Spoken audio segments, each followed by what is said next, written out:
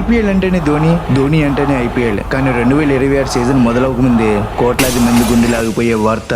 మన తల స్టేడియంలో లేడు. అవును, సిఎస్కే ఫ్యాన్స్ కి ఇది కోలుకోలేని దెబ్బ. 44 ఏళ్ళ వయసు, 5 ట్రోఫీలు, లెక్కలేనన్ని జ్ఞాపకాలు. ఈ వయసులోని కుర్రాడులా కష్టపడుతున్న ధోనిని కాలి కండరాల గాయం దెబ్బ కొట్టింది. మొదటి 2 వారాల పాటు మహిబాయ్ మైదానంలోకి దిగడం లేదు. రీహాబిలిటేషన్ లో ఉన్న ధోని కనీసం 15 రోజుల ఆటకు దూరం.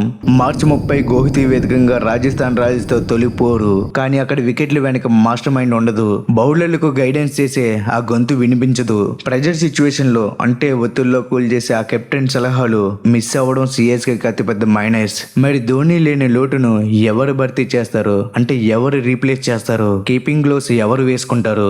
రాజస్థాన్ నుండి ట్రేడ్ ద్వారా వచ్చిన సంజు శాంసన్ ఇప్పుడు టీమ్ కు మెయిన్ హోప్. ఇంటర్నేషనల్ ఎక్స్పీరియన్స్ ఉన్న సంజుకి ఇది అగ్ని పరీక్ష.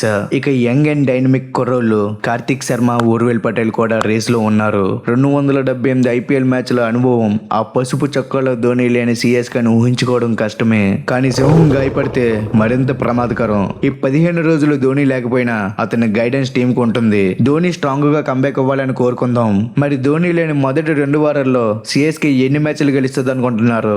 సంజు శాంసన్ కీపింగ్ బాధ్యతలు సరిగ్గా నిర్వహిస్తాడా? మీ అభిప్రాయాన్ని కింద కామెంట్ చేయండి. Come back to Mahi.